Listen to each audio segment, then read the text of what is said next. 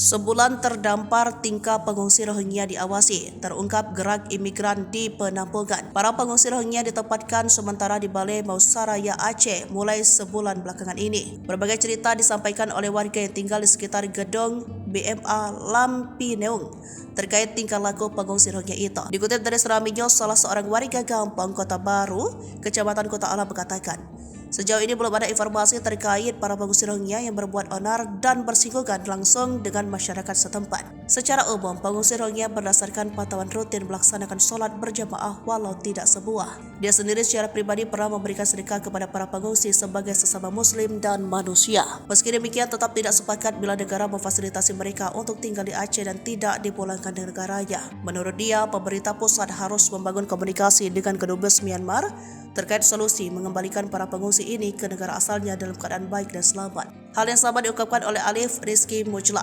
warga yang berjualan tepat di depan BMA. Dia mengaku sejauh ini para pengungsi tidak pernah berbuat onar. Walau sepakat menolak, namun dia tidak setuju dengan gerakan masif yang dilakukan di media sosial terkait penyebaran hoax, fitnah, dan ujaran kebencian untuk para pengungsi Rohingya. Pendapat yang sama juga disampaikan warga setempat. Pihak penegak hukum diminta menjaga laut sekitar Aceh agar tidak lagi masuk pengungsi Rohingya ke provinsi paling ujung barat Indonesia ini.